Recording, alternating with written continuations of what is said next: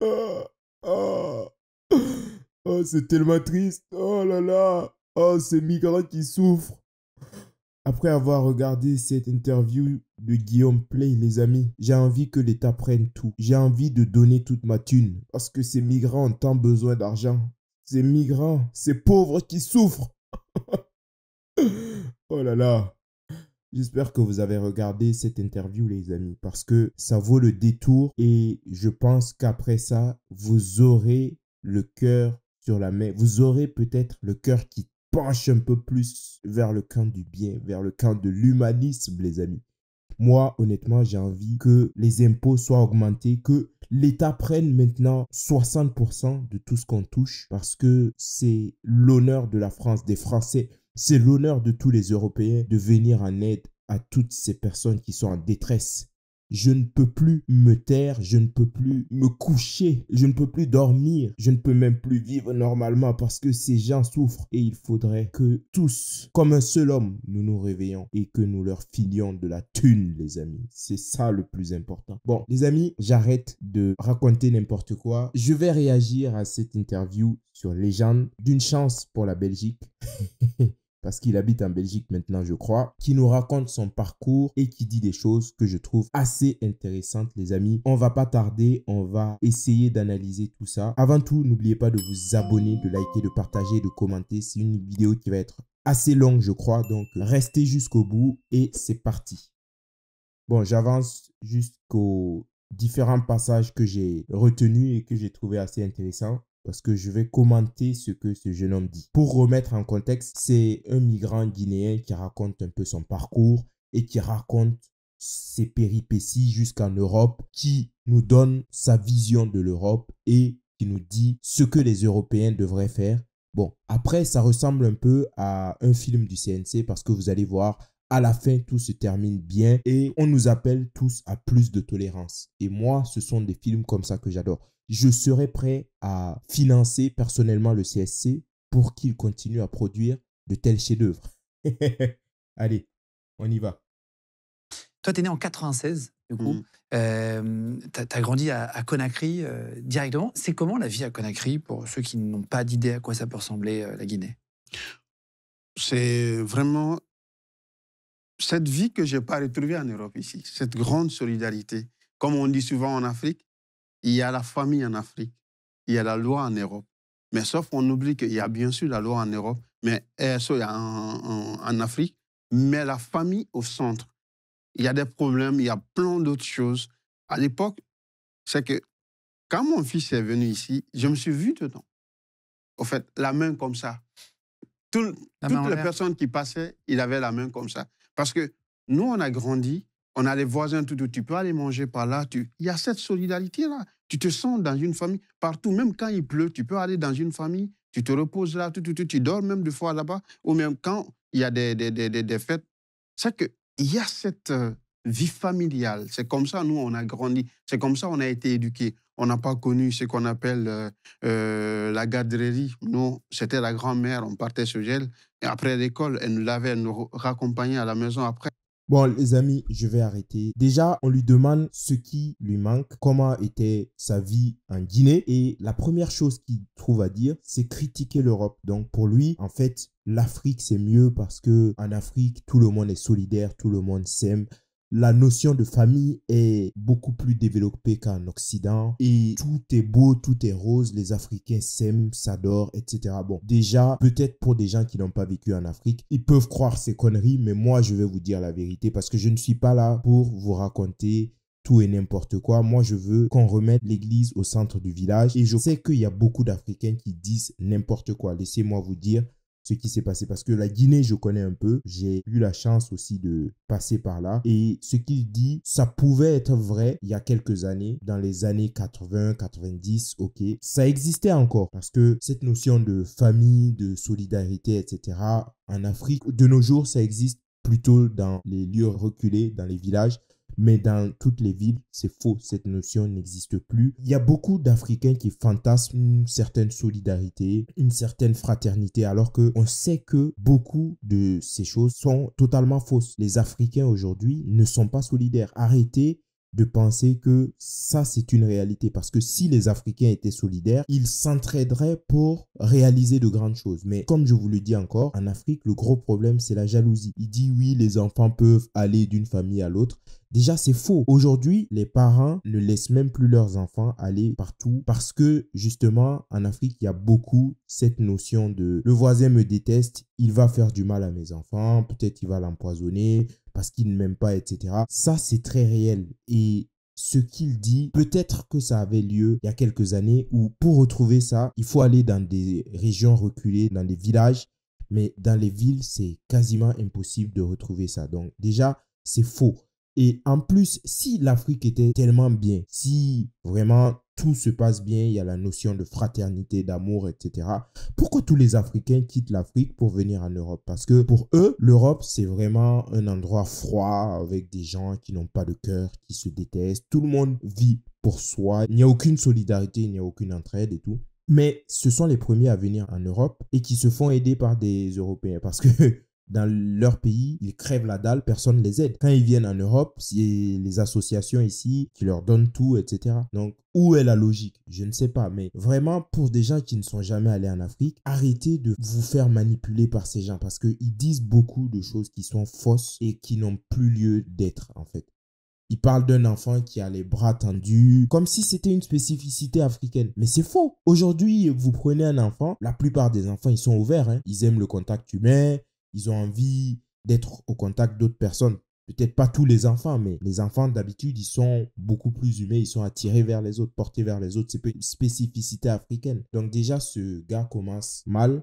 Et vous allez voir, il dit pas mal de choses assez intéressantes. Mais heureusement, je suis là, je vais dire ce que je pense et je pense que je vais apporter certaines précisions parce que j'ai trouvé cette interview assez lunaire. Bien sûr, la situation qu'il a vécue est grave et difficile et je ne la souhaite à personne.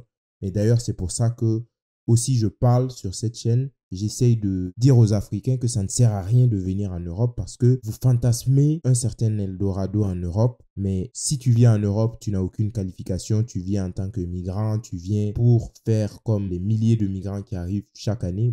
Tu vas te retrouver dans la merde parce que même les Européens aujourd'hui ont du mal à joindre les deux bouts. Les migrants ne sont pas forcément les bienvenus. Je dis ça, je ne dis rien.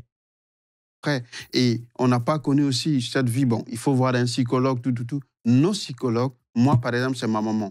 Quels qu'en soient mes soucis, je partais souvent près de ma grand-mère ou auprès de ma mère.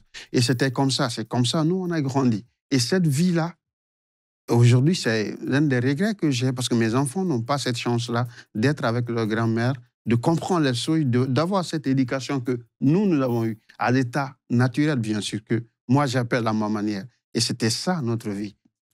Bon, pareil, il parle de psychologie. Il y a beaucoup d'Africains qui aiment dire comme ça, oui, en Afrique, on n'a pas besoin de psychologue, on parle bien avec nos parents, on parle bien entre nous, donc on n'a pas besoin de psychologue. Bon, déjà, c'est faux et c'est un gros problème parce que les Africains ne consultent pas les psychologues ou il y en a très peu. Ils trouvent que c'est pas nécessaire et c'est d'ailleurs pour ça qu'il y a de nombreuses personnes qui sont dérangées mentalement en Afrique. Ils ne savent même pas qu'ils sont malades et les Africains eux-mêmes ne savent pas qu'il y a plein de gens qui sont malades, qui ne sont pas soignés. Et vous allez le voir, beaucoup d'Africains, beaucoup de Noirs qui finissent par se retrouver ici, se baladent nus. Peut-être vous avez vu certaines vidéos de gens qui sont tout nus et tout. Vous pensez que c'est juste parce que peut-être c'est culturel ou quoi, mais c'est pareil en Afrique, hein. Il y a beaucoup de gens qui finissent par péter un câble, qui se promènent nus parce qu'ils ont tout simplement disjoncté. Et vu qu'il n'y a pas de suivi, il n'y a pas de psychologue, il n'y a pas de psychiatre, en tout cas, les gens les consultent très peu, ça amène à ces situations. Donc ça, c'est encore un fantasme des Africains qui imaginent une situation qui n'est pas vraiment la réalité. Et ils se disent, oui, tout va bien en Afrique. Mais si tout va bien, pourquoi vous fuyez l'Afrique? Pourquoi vous venez en Europe? C'est ça que je ne comprends pas en fait. Pourquoi vous avez cette envie de vous lancer dans une situation au péril de votre vie pour un objectif qui n'est même pas certain? Moi, j'ai du mal à comprendre, hein, honnêtement. Bon, on va continuer, les amis. Je vais vous montrer d'autres passages, mais il dit des choses qui sont assez intéressantes. Je ne vais pas tout montrer, bien sûr, parce que ça dure 2 heures. Et si je dois réagir à tout, ça va être trop long, mais je vais vous montrer quelques passages qui m'ont choqué ou qui m'ont interpellé et vous me direz ce que vous en pensez en commentaire. Découvrir, vivre, comprendre. C'était notre éducation avec nos parents. Et malgré cette vie modeste, que je vais appeler comme ça modeste, et il y avait cette dignité. Et on nous a appris à garder cette dignité et surtout à travailler, à ne jamais, c'est-à-dire vivre de la mendicité, surtout quand on est en bonne santé. On est valide. Oui, c'est très important. Ma maman nous a toujours dit, le meilleur d'entre vous, c'est celui qui va vivre avec la sueur de son front. Et c'est pourquoi quand je suis venu ici, partout où je vais, je me battrai toujours pour pouvoir vivre de la sueur de mon front. Bon, cette partie, je la trouvais intéressante parce que Guillaume Play lui demande comment tu as grandi, comment tu as été éduqué, etc. Et il dit que ses parents l'ont laissé découvrir, vivre sa vie, etc. Et ça encore, ça m'interpelle parce que c'est ce que beaucoup de parents africains font. Et même quand ils sont en Occident, dans les cités, dans les HLM. Et c'est pour ça d'ailleurs qu'il y a plein d'enfants qui font n'importe quoi parce qu'ils sont livrés à eux-mêmes. Certaines personnes en Afrique pensent que l'enfant, il se suffit à lui-même. Tu as juste à lui apporter un peu de nourriture, à s'occuper de ses vêtements, etc. Et bon, le reste, pour ce qui est de l'éducation, il va découvrir en côtoyant les autres, il va faire ses choix, etc. Bon, il y a du laisser aller. Je ne dis pas que c'est comme ça partout parce que bien évidemment, il y a des familles qui sont fonctionnelles où les parents prennent leur rôle à cœur et éduquent bien leurs enfants. Je peux dire que mes parents m'ont bien éduqué, en tout cas moi et tous mes frères et sœurs, mais c'était pas le cas dans de nombreuses familles autour de nous. Et beaucoup d'enfants deviennent des délinquants, deviennent des voyous parce que justement, cette éducation où on laisse l'enfant sortir, se débrouiller, découvrir, etc., c'est n'importe quoi. En tout cas, je pense que c'est comme ça. Il y a certaines personnes qui pensent qu'en Europe, les parents sont trop sur le dos des enfants, ils les couvrent trop, mais je pense que ça a aussi son importance parce que déjà, l'enfant a besoin d'un cadre, l'enfant a besoin d'être accompagné, d'être dirigé, il a besoin qu'on lui montre ce qui est bien, ce qui n'est pas bien, et après, bien sûr, vous ne pourrez pas être sur son dos toute la vie, il finira par faire ses choix, mais voilà, c'est important. Après, il parle des valeurs de travail, etc., de se battre, et ça, c'est vrai, c'est bien, je trouve que c'est très bien, en tout cas, si ses parents l'ont éduqué comme ça, c'est bien, et je pense aussi que pour certains Africains qui arrivent en Europe, effectivement, ils ont la notion de travail parce qu'ils ont appris à se débrouiller, ils ont appris à travailler. Ça, c'est quelque chose qu'on ne peut pas enlever. Et d'ailleurs, c'est ce que je reproche aux personnes d'origine immigrée qui sont nées ici, qui n'ont pas eu d'efforts à faire pour réussir. Ils sont nés ici, ils profitent des différentes allocations familiales et ils traitent les autres qui arrivent de blédards.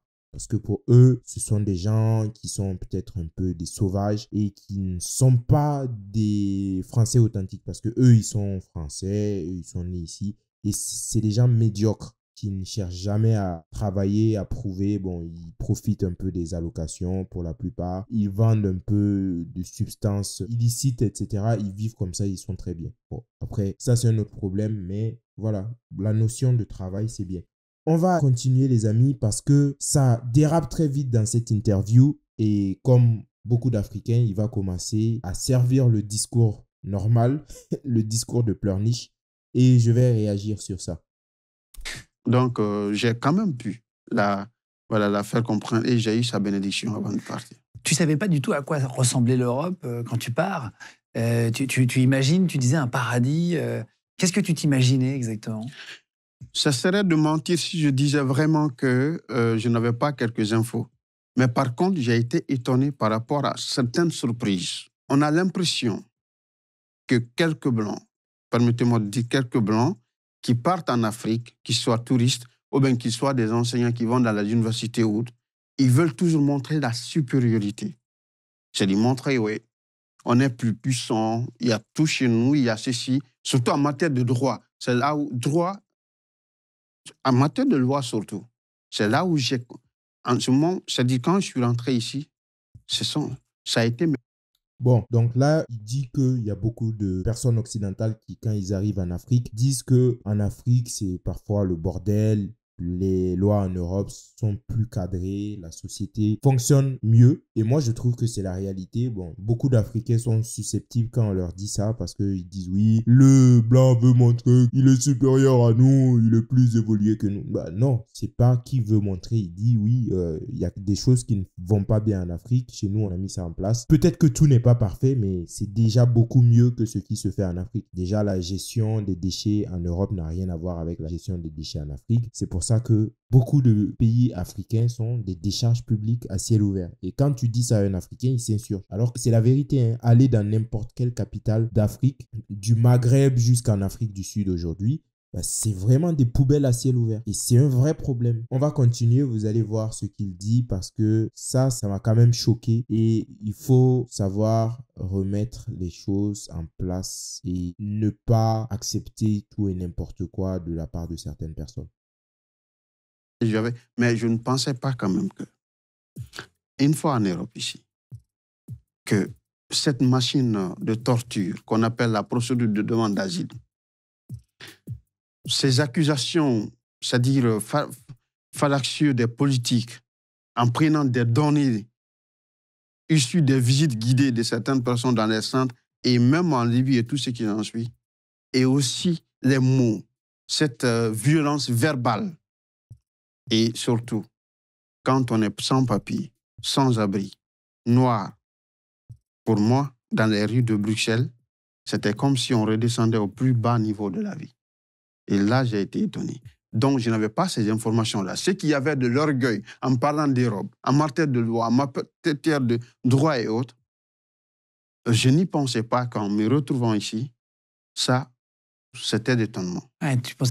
Ok, donc il dit que en arrivant en Europe, il a été étonné parce qu'il trouve que les migrants sont mal accueillis. En tout cas, à Bruxelles, les migrants souffrent. La procédure de demande d'asile est un calvaire.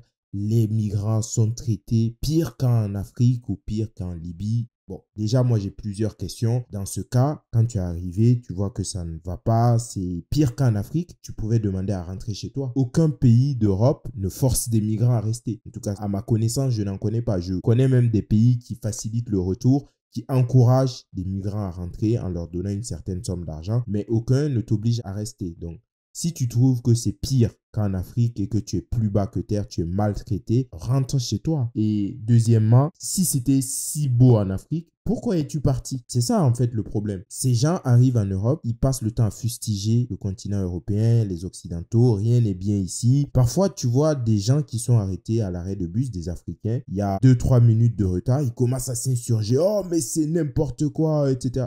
Pourtant, dans son pays, il n'y a même pas de transport en commun. Ou même s'il y en a, c'est tellement désordonné. Le bus, il bouge avec 1 heure de retard et tout. Et personne ne dit rien. On est en Afrique!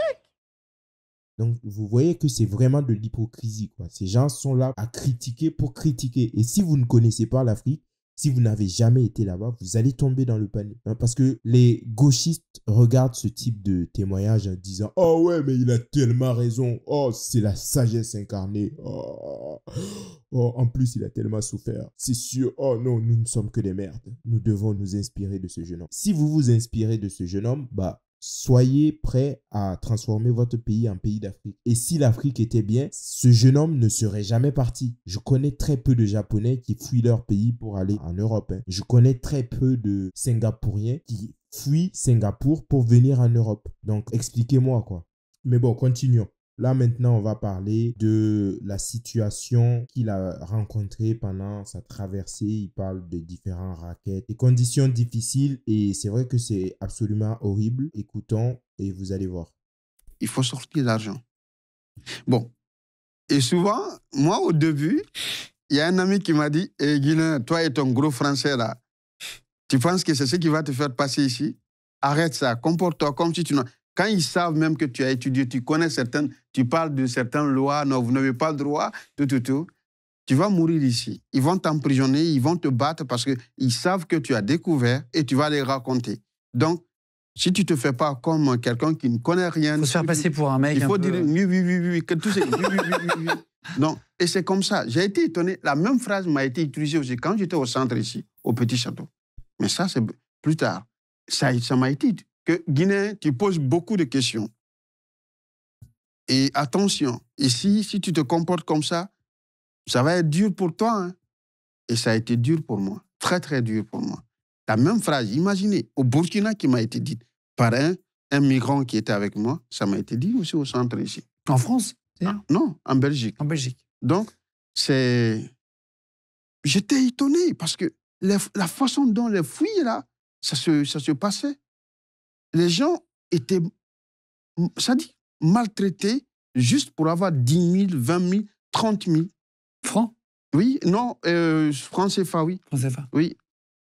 Bon, là, il parle de sa traversée. Je vous récapitule un peu. Apparemment, il est passé par le Burkina, par le Niger, le Mali, etc. Et comme par hasard, il y avait des raquettes. Il y avait des policiers qui étaient véreux, qui essayaient de les fouiller, de les dépouiller, etc. Et comme lui, il est plus instruit que la moyenne, en tout cas c'est ce qu'il dit, il dit qu'il est ingénieur, vu qu'il est plus instruit, lui il disait oh mais pourquoi vous faites ça, vous n'avez pas le droit et tout, et il y a un migrant qui lui a dit bah tais-toi parce que tu vas t'attirer des problèmes. Et il raconte que parfois, s'ils savent que tu connais tes droits et que tu as vu certaines choses, ils peuvent t'ôter la vie. Et ça, je trouve ça absolument atroce. Et je profite pour lancer un cri de cœur à tous les Africains. Ne prenez pas ces routes parce que non seulement vous avez peu de chances d'y arriver, et vous pouvez finir traumatisé à vie. C'est vraiment de la prévention. Certains Africains, quand tu leur dis ça, ils te disent oui, mais toi, tu es allé en Europe, tu as réussi. Je ne te dis pas de ne pas avoir des ambitions, de ne pas voyager, mais essaye de le faire de façon légale. Il y a des personnes qui travaillent, qui réussissent à immigrer pour les études de façon professionnelle, quoi. Mais prendre la route, déjà, tu as très peu de chances de survie. Tu vas vivre des traumatismes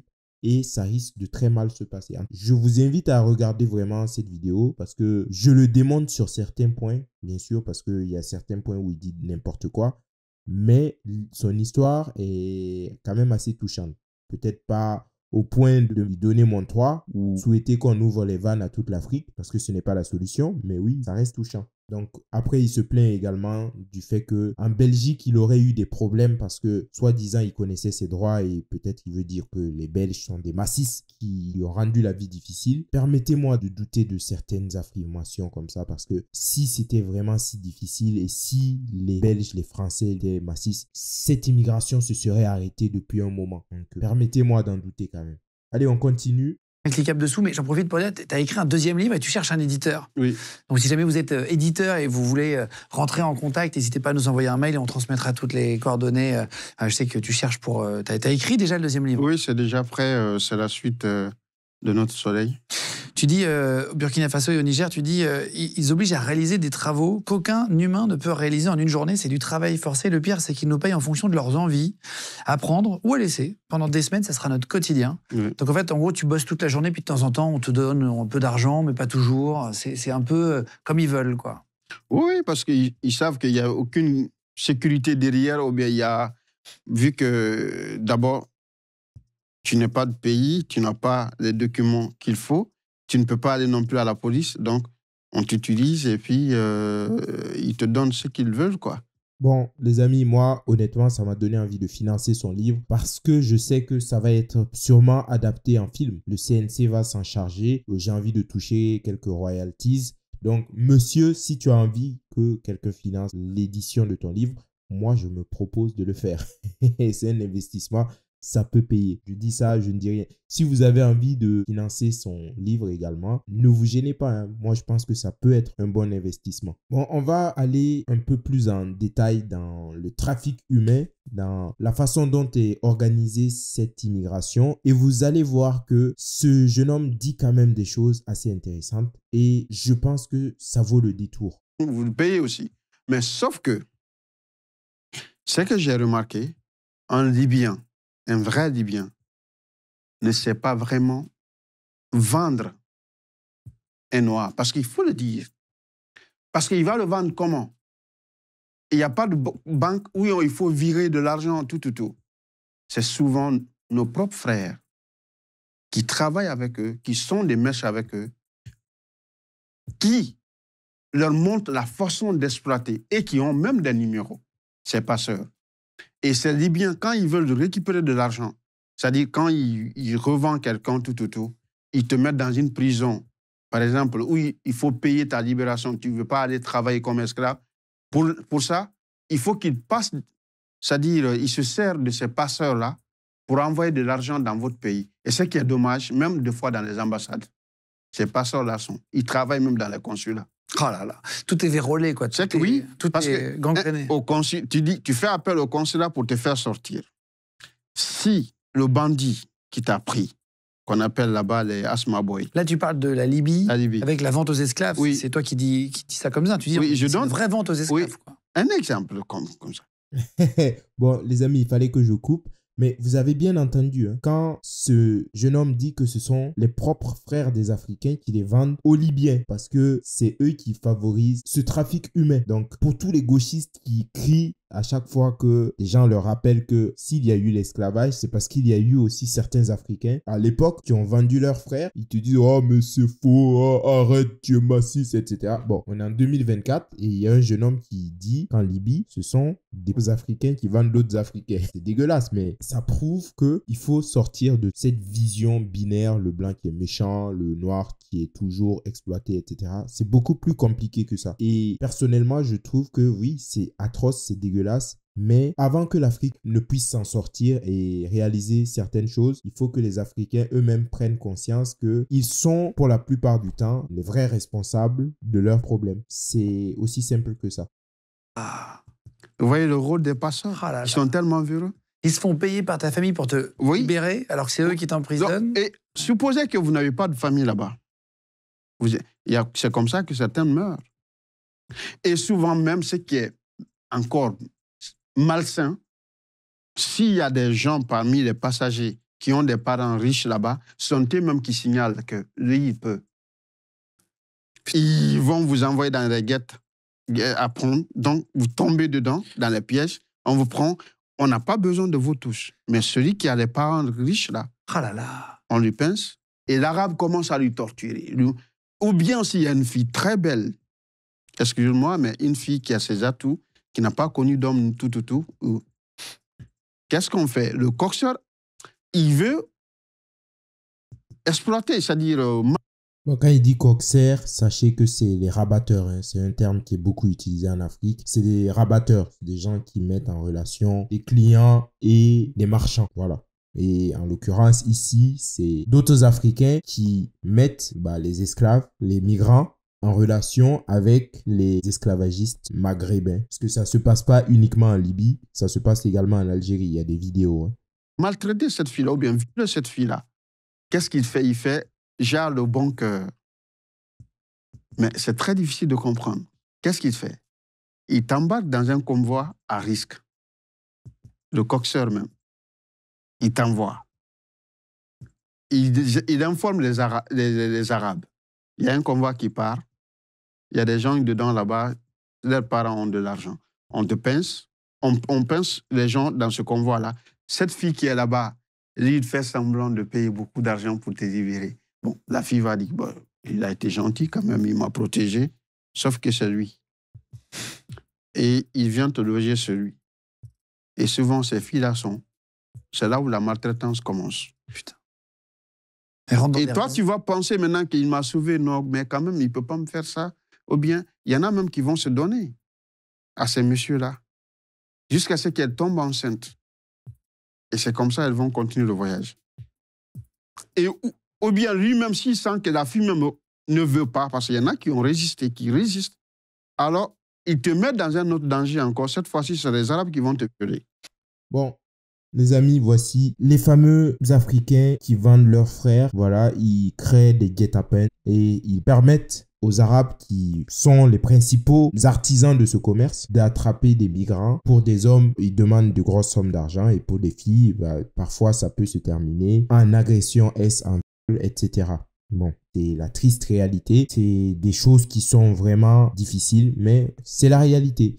Après, où je ne suis pas trop d'accord avec lui, c'est qu'il dit oui, il ne faut pas non plus incriminer les Libyens. Ça montre déjà une chose, c'est que ce mec, il doit être musulman. Quand j'ai entendu ça, je me suis dit, ce jeune homme, il est musulman. Parce que vous savez, dans l'islam, il y a la Oumma. On ne doit pas accuser ses frères. Quand une personne est musulmane comme toi, bon, elle ne peut pas être si méchante que ça. Elle a beau me tabasser, me vendre comme esclave, etc. Bon, ça va, on comprend quoi. C'est un peu ça qui m'énerve avec les Noirs arabes. Mais ils ont fait leur choix, c'est comme ça. Malheureusement, on ne peut pas dire grand-chose. Et vous allez voir aussi qu'il dit dans cette interview que ce sont les gens qui sont payés par l'Union européenne pour empêcher l'immigration, qui participent même le plus à l'immigration. Ce sont ces gens qui favorisent la traversée des migrants, etc. C'est vraiment un vaste complot, une vaste machination pour soutirer le plus d'argent possible parce qu'ils se nourrissent eux-mêmes de ce système. Plus l'UE paye pour qu'ils prennent soin des migrants, eux, ils prennent l'argent et en plus, eux-mêmes, ils récupèrent encore l'argent de ces migrants qui essayent de passer ou ils les vendent à d'autres personnes qui vont les utiliser comme ouvriers, comme esclaves, comme SUL, etc. Bon, c'est vraiment un système macabre, morbide, mais il existe. Et c'est bien que des gens comme ça en parlent, même si je suis sûr qu'il ne dit pas toute la vérité, mais si vous pouvez aller voir la vidéo, mais ne vous laissez pas non plus embrigader par tout ce qu'il dit parce que je pense qu'il y a certaines choses, il le dit sous un certain prisme. Et c'est bien aussi qu'il y ait des gens comme nous pour pouvoir en discuter. C'est que l'Union européenne, nous on disait dans notre jargon, engraisse ces gens-là pour qu'ils puissent empêcher les gens de voyager, mais ce sont eux-mêmes qui font les plus grands convois. Quand on entend des convois de 300 personnes, c'est organisé par ces gens-là. Et c'est dans ces prisons-là encore que les gens viennent chercher des gens, c'est-à-dire viennent chercher des gens et sont ces geôliers-là qui revendent des migrants à ces personnes-là, comme esclaves. C'est comme ça a été mon cas. Toi, tu étais en prison? Oui. Donc voici les amis, l'UE paye des centres de rétention en Libye, en Tunisie, pour empêcher qu'il y ait de grandes vagues d'immigration. Il faut toujours donner de la thune parce qu'aujourd'hui, en Europe, quand il y a un problème, la première solution, c'est donner de la thune. Donc, on déverse de la thune pour qu'ils empêchent ces gens de passer. Et au final, c'est eux-mêmes qui recueillent les migrants dans les centres de rétention. Bien sûr, ils prennent l'argent. Et c'est eux qui organisent encore leur passage en Europe. C'est totalement lunaire, mais voici la situation. Au moins, vous êtes au courant. On va passer plus loin parce qu'il parle de la Oumma et on va parler de l'hypocrisie de l'islam. Mais vous allez voir que pour les Noirs, en tout cas, qui vont suivre cette vidéo, sachez que si vous êtes musulman, j'ai du mal à comprendre.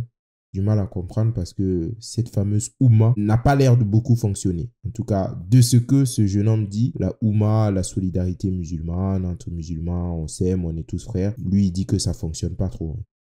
Le travail qu'on va... C'est ce qu'il vous demande. Oui, oui, c'est ce qu'il nous demande de faire. C'est que vous êtes... C'est ce qui m'a étonné, quoi. Au fait, je suis musulman, pratiquant. Et il y a toujours le mot, tous les musulmans sont des frères. Et on était chez un musulman, un frère aussi. Il me voyait prier quand il était l'heure de la prière. Il nous voyait très bien. Mais qu'il se permette de cracher sur mon visage de la sorte, de nous donner des coups de pied, de nous bastonner deux fois juste parce que violenter. On n'a pas juste fait comme lui, il voulait quelque chose. Ou bien on n'a pas fait le boulot rapidement, ou bien on veut se reposer un petit peu pour pouvoir recommencer. Et même ces enfants, je ne dis pas que... Vous savez, je n'aime pas généraliser. Bien sûr. Eux, tous les Libyens ne m'ont... Parce qu'il faut vraiment que je dise ça. Ce n'est pas tous les Libyens qui m'ont fait du mal. Franchement, il y a une minorité qui exploite les gens. Un réseau mafieux détenu par des personnes, des groupes de personnes qui exploitent, qui maltraitent, qui utilisent les gens pour pouvoir gagner de plus. Et je parle de ces gens-là. Bien sûr. Et ce monsieur, j'étais en face de lui. Je le regardais deux fois. C'est pourquoi quand je suis arrivé en Europe... Bon, ça c'était en Libye, les amis. Apparemment, il était avec une personne qui l'avait acheté et qui le maltraitait, qui le bastonnait, alors que c'était son frère en islam. Donc, il ne comprenait pas. On est tous frères et tu me tabasses, tu me craches dessus. C'est un peu bizarre. Par contre, pas d'amalgame, parce que vu que ce sont des musulmans qui ont fait ça, bon, il reconnaît quand même que tous les musulmans ne sont pas comme ça. Tous les Libyens ne sont pas des esclavagistes. Et je veux bien le croire. Bien sûr que j'imagine que tous les Libyens ne sont pas d'horribles esclavagistes ou même d'horribles massistes qui font tout et n'importe quoi avec les Noirs. Ce serait quelque chose d'absolument terrible. Mais pourquoi ça ne marche pas aussi avec les Européens? Ça ne marche pas avec les Blancs. Parce que ce même genre de personnes, ils sont capables de faire la part des choses avec des gens qui les ont esclavagisés, qui les ont tabassés, qui leur ont fait du mal. Mais par contre, ils arrivent en Europe Europe, il y a 2-3 personnes qui leur disent oui, l'immigration, par contre, ça commence à être beaucoup. On a vraiment envie de préserver ce que nous sommes. En plus, il y a beaucoup de migrants qui font n'importe quoi. Est-ce que vous pouvez arrêter? Non, là, c'est tous les blancs qui sont massifs. Les Européens sont les pires personnes du monde. C'est le diable. C'est le retour des heures les plus sombres de l'histoire, etc. Pourquoi ces gens arrivent à faire la part des choses quand il s'agit de personnes qui ont été vraiment beaucoup plus violentes avec eux, alors que pour les Européens, ça ne marche pas? Moi, c'est ça qui me fait vraiment de la peine et ça m'amène à me poser des questions. Bon, on va continuer. Il va parler aussi de la façon dont ses frères en islam le traitait et vraiment c'est difficile, hein. C'est un témoignage qui est assez difficile, les amis. C'est là où il te mettait. Parce que qu'est-ce qu'il disait souvent, notre maudit, il dit, vous les Noirs, vous êtes comme Kharouf. Kharouf, bon, j'ai cherché après, c'est un peu l'équivalent vous êtes comme une vache, quoi. C'est que si on ne vous donne pas des coups, si on vous met, c'est-à-dire dans le bonheur, vous vous révoltez. Donc, il ne faut pas leur donner beaucoup à manger. Il ne faut pas leur mettre c'est-à-dire les loger dans des lieux qui les apportent du bonheur. Plus vous leur soumettez dans les choses, plus ils se soumettent. Mais dès que vous leur donnez une toute petite liberté ou bien un tout petit bonheur, ils vont commencer à se révolter. Vous vous rendez compte, les amis? Ça, c'est des Libyens qui le disaient parce qu'il a été vendu en esclavage. Il était au service d'un Libyen et cette personne les tabassait, les affamait, etc. en leur disant « Oui, mais vous, les Noirs, vous êtes comme des animaux. Vous ne comprenez que le langage du bâton. » Et ça, il pardonne. Il finit par pardonner. Tous les Libyens ne sont pas comme ça, mais les Européens ne peuvent même pas faire le quart de ce qui se fait là-bas et heureusement. Mais pourquoi ces gens ont toujours une haine qui ne passe pas? Parce qu'ils vont te parler de colonisation, d'esclavage qui a eu lieu il y a plus de 2-3 siècles. Mais l'esclavage qui continue en 2024, ça, non, c'est bien. Ouais, bon, c'est pas si grave. Puis c'est pas tous les Libyens, c'est pas tous les Maghrébins qui font ça. En plus, on est frères, c'est la Ouma. Cette hypocrisie me fume. Cette hypocrisie m'énerve. Bon, continuons. Vous allez voir que, bon, cette histoire est un peu lunaire quand même parce que lui-même, il finit par être une forme de passeur parce que c'est quand même bien de faire venir les gens en Europe parce que c'est ça l'objectif principal, hein. Faut pas oublier ça. L'Europe doit récupérer toutes ces personnes. C'est l'honneur de l'Europe de se charger de toute la misère du monde. Je ne sais pas en vertu de quoi, mais voilà. C'est ce qu'il dit et apparemment pour lui, ça semble totalement justifié. Il avait vraiment... C'est que son business était en train de tomber. Je lui ai donné des conseils. Qu'est-ce qu'il faut? Il ne faut pas maltraiter les Noirs. Il faut aussi diminuer le prix.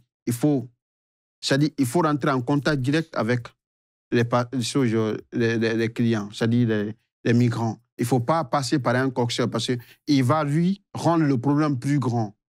Donc, il ne faut pas passer par un passeur. Va directement vers eux. Tu vas voir le prix, tout. Donc, je lui ai donné ces conseils-là. Et dans son campo, vu que lui, il était bien accueillant, bienveillant avec les gens, il ne maltraitait pas les gens, il y avait beaucoup de migrants qui sont partis là. Donc, il faisait traverser les gens. Il m'a demandé, qu'est-ce que tu veux que je te donne? J'ai dit, non, je ne veux pas cet argent-là. C'est-à-dire, qu'est-ce que je faisais? S'il me demandait chaque fois, s'il va me donner de l'argent, je dis non.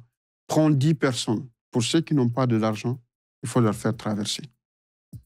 C'est comme ça que je faisais traverser.